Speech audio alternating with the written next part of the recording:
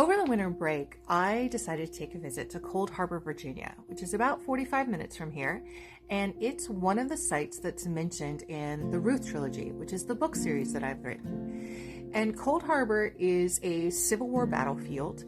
It happened towards the end of the war. It was one of the major campaigns that contributed to the changing of the tides.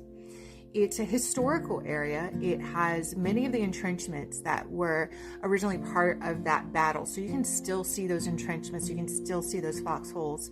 So if you're a history buff, Cold Harbor, Virginia is a very cool place.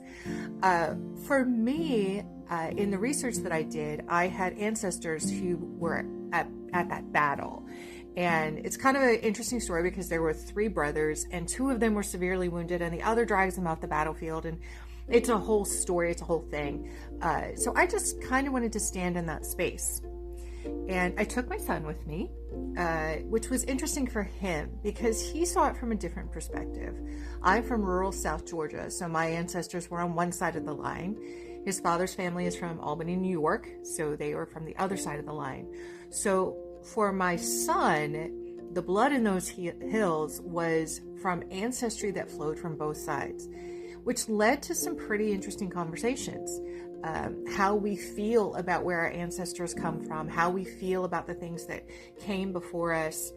And in the process of that conversation, because there's these wonderful hikes, so we're hiking in the woods and we're hiking past these entrenchments where thousands of bodies were buried. And I make this comment. I said to him, I didn't mean to bury so much of that part of your ancestry, of where I come from. My ancestry is complicated. There were things I wanted to leave behind. And so when I moved into Virginia, I buried them. And I said, maybe I shouldn't have buried so much of myself.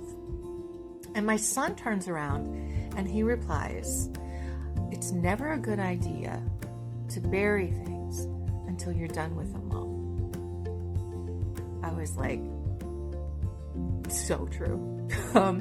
So the thing about the Ruth trilogy, one of the reasons I wanted to write about my grandmother and my grandfather, about my maternal family line, which is what that whole story is about, is that this family is steeped in violence. Not the your uncle touched someone inappropriately kind of thing, but a family culture where you have abuse and physical violence, emotional violence, all of these things accepted as part of a way of life.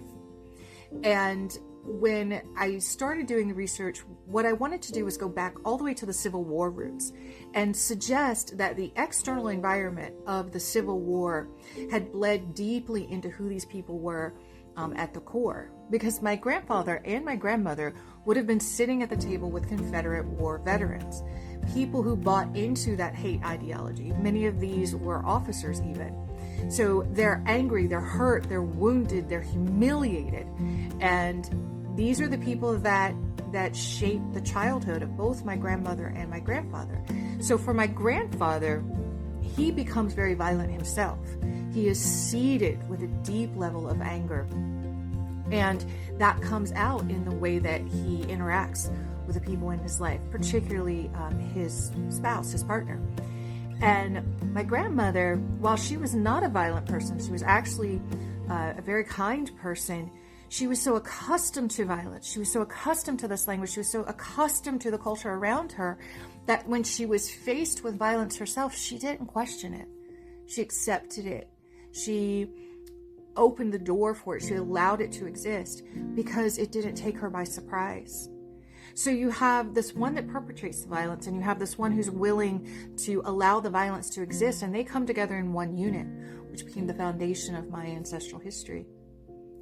So we go back to what my son said to me, which is, it's never a good idea to bury things until you know you're done with them. And I think that's very true of our families. I think that's very true of our past. I think it's very true of anything that has wounded us in any possible way. If we don't understand what has happened, if we don't understand where we come from or how we got there or how any of it began, how can we change? How can we be stronger? How can we evolve? How can we make our families more peaceful if we don't know what disturbed them in the first place? By burying the things that we're afraid of before we've completely dealt with them, we live at constant risk of repeating that thing.